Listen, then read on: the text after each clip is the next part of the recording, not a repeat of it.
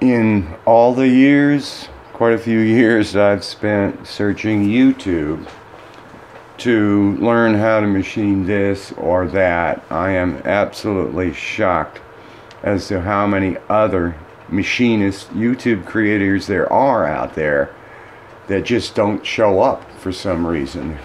You never.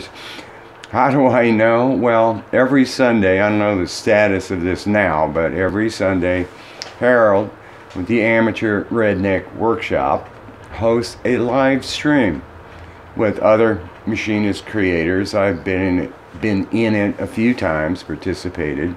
3 p.m. Central Time.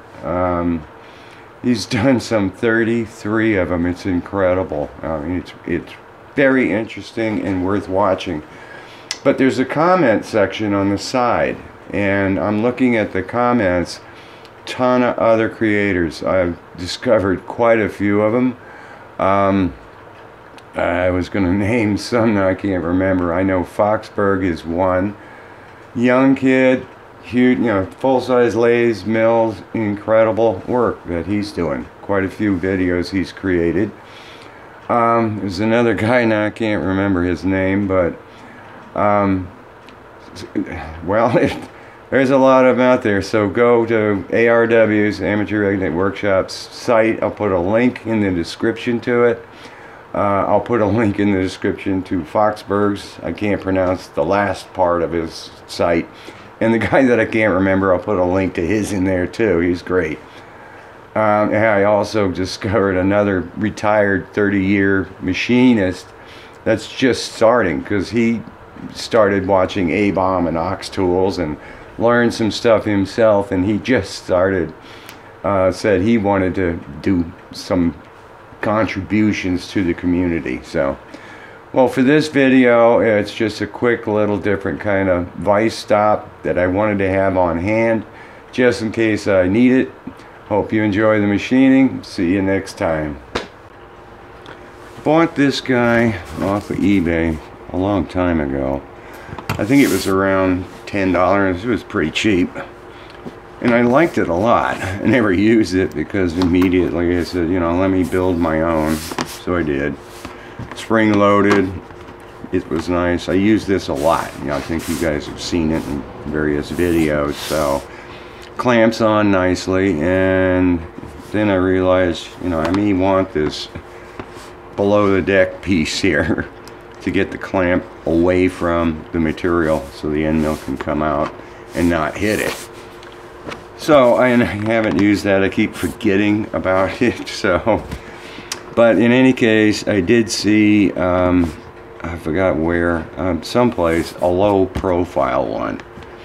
So I figure I'm gonna make, I've got, everybody laughed probably when they saw my scrap drawer. Sure enough, there's a piece in there that's going to be perfect for it.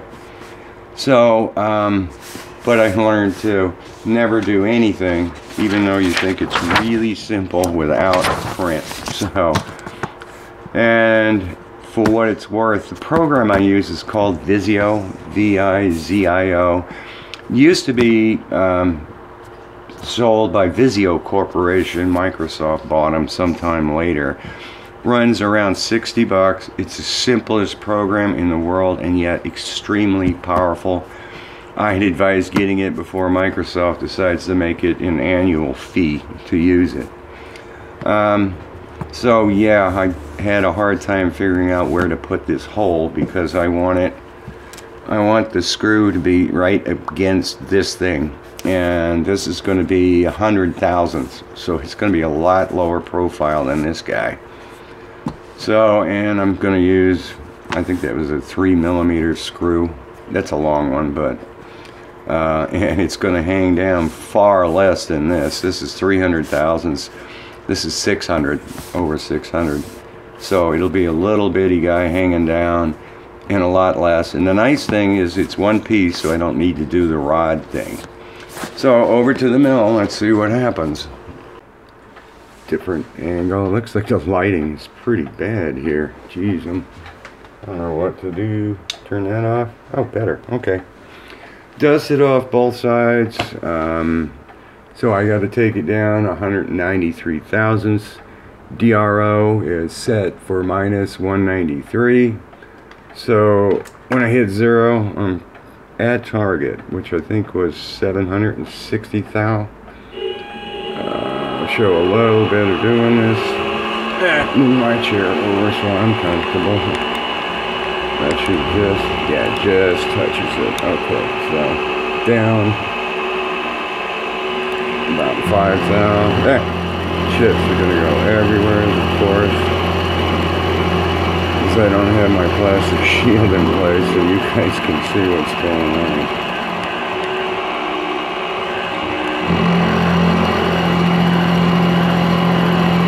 Alright, I need to definitely put the shield in place because this is gonna make a mess. So, bring it back when I'm done. Done deal. Print says I'm supposed to be at 760. That didn't take long. I went really fast. Yeah, I'm at... whoa, why? Oh, because I moved the Z-axis. I was going, why does the Z say 1 inch 779? Alright, did I hit it? Did I hit it? 765. So, okay.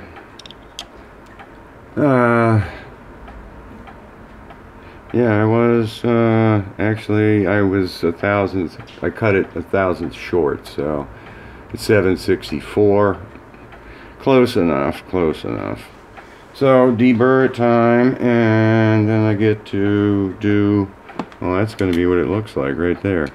Clamping on there. It's going to be a little shorter than that, but that's a good width. Yeah, it clears these little brass guys here. Okay. So let me clean it up for the next step.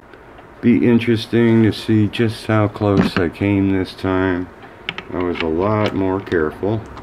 This should be at 0.9. And it's what? 0.902. 2,000's too big. Interesting. Why? Whoops. No, I'm getting a different reading. 0.898. 897. Wow. Why is it all over the place? I know these are the funky calipers. Oh, I just said 0.9. Okay, well, it's not that super critical. I have to play with it to see why exactly is it reading all these different numbers. If I'm on an edge, 896, go to the other side. 897, 96, same readings. Huh? And if I do the whole thing, that's 0.9 there. I don't get it. Something's crooked. Well, I gotta check the tram again, see what's wrong. Alright, so there's my basic piece of material. I have to remove these guys because I know I'm gonna hit it. Because I gotta take this down now to the print. Okay, use the fly cutter, got it pretty much so there. Now I just need to find the center of this thing. Ready to go with this? Yeah. Whoa, I can't really see much. It's gorgeous in the camera on the phone, but it's pitch dark here to my eyes.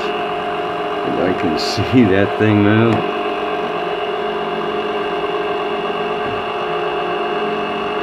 There.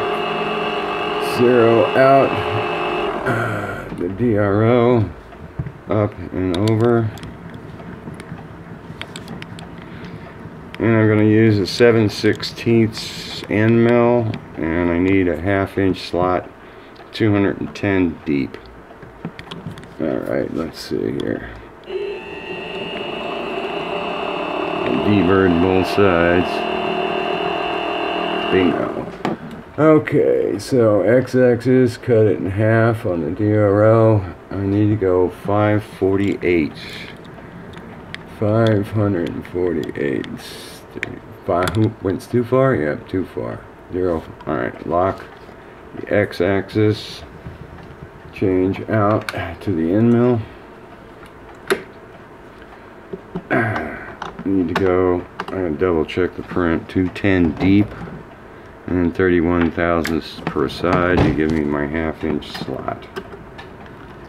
Alright, So that's in there, locked, and wow, yeah, it's pretty big in now, huh? Alright, so just touch the surface. The depth isn't super critical on this. There. Lock Z and 0 out the Z-axis. Let's see if it's going to cut it. Probably will, but I said it's not that critical. Oh, just barely shaving it. Yeah, I'm eventually here going to have to put my thing up. Plastic shield. Keep junk from getting all over here. That's going to be a long range down. That's a 4,000 cut there. Yeah. Chips are just flying everywhere. Alright, I need to put the plastic thing in place. And bring you back when I'm done here. It's a pretty easy, quick project. Somewhat confused at this point. Because I'm basically 0.2, but I need 20 thousandths wider to hit the ½ inch. Right, Brent? Yeah, Brent says I need at least a ½ inch, because that's the thickness of this. First time I had to use an adjustable parallel, I needed 21 thousandths deeper, and I was going to hit the vise. What I was going to do is the famous old trick. That's too big. What's the smaller one? There it is. Screwdriver. See what the size really is here, huh?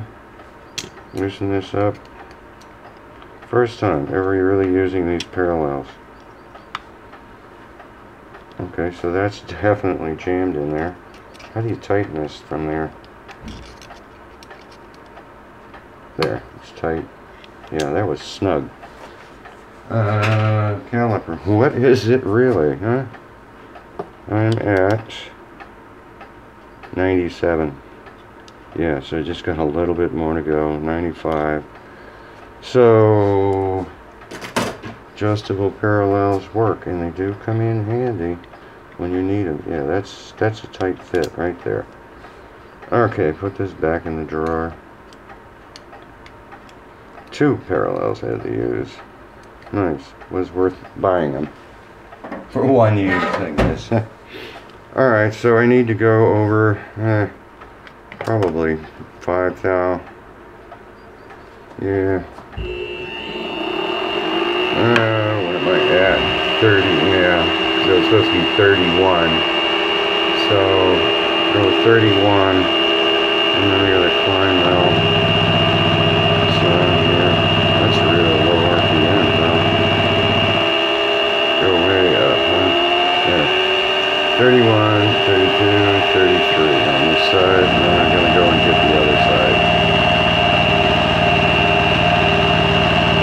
Alright, I'm going to put the parallel back, but one. Okay, so the other side, go to 30, 23, 7, 8, 30, that's 31. It's getting it.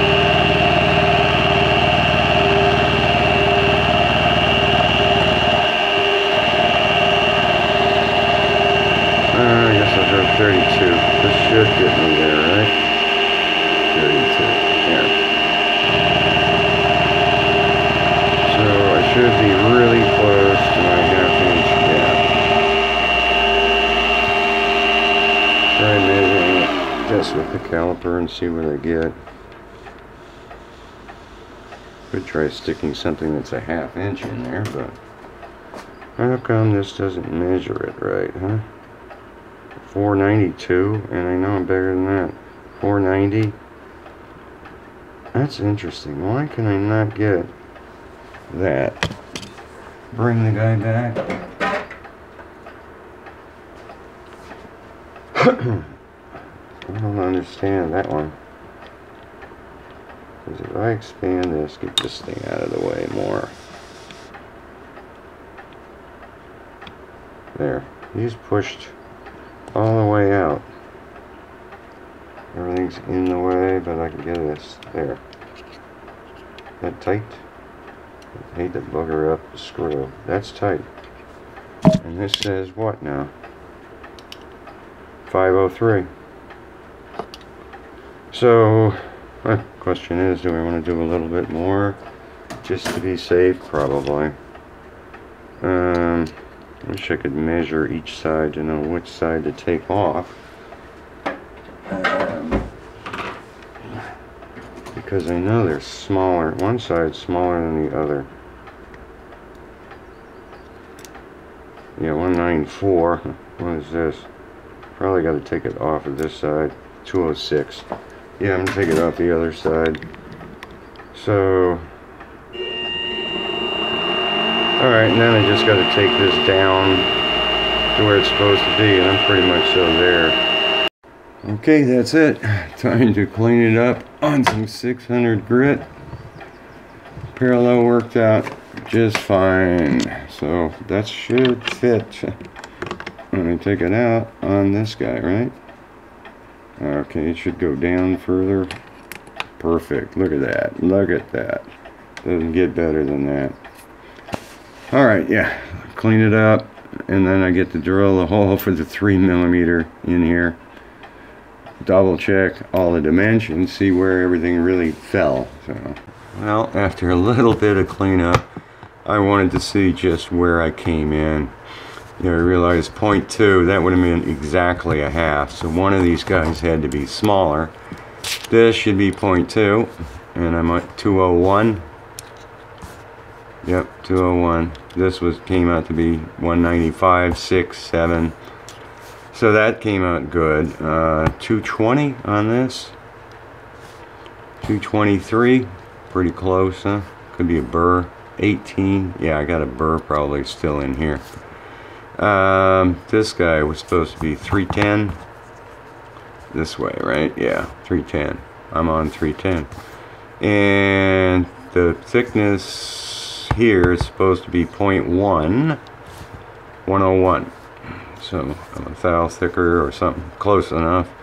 What else is there? Depth here, 210. 207. 215. Yeah, I definitely have a burr on this thing still. Alright, so what else was there? That's that. Oh, the 760 this way. This is supposed to be 760, 758 and a half, 59. This was 0.9, 98. So a little bit under 97. There's still burrs on it. I still need to clean it up more, but all in all, yeah. So now that hole, and then final cleanup and chamfering, and I've got myself a pretty low profile compared. Where's the other one here?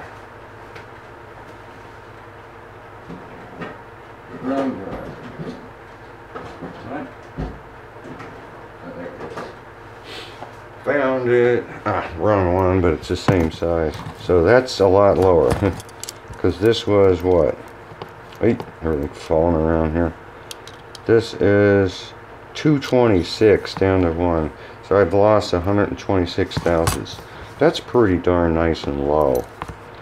And I like the fact that I don't have to deal with these rods or a spring or anything. So I guess when I'm finished with this, I'll just show you the final product. Fun project. Alright, there it is. Yet another tool for the tool drawer. Came out pretty good, I think. Nice and low. It's way lower than these guys. And I can get in pretty tight here with this, how thick that is. That's like a single parallel can be in there. But, wow, what is that? Well, yeah, it's 200 thousandths, so that's nice. So glad I made it. Not sure when it's going to become, or when it will come in useful. Even the screw came out perfect. It's on center, lines right up with this back face, so it should clamp perfectly.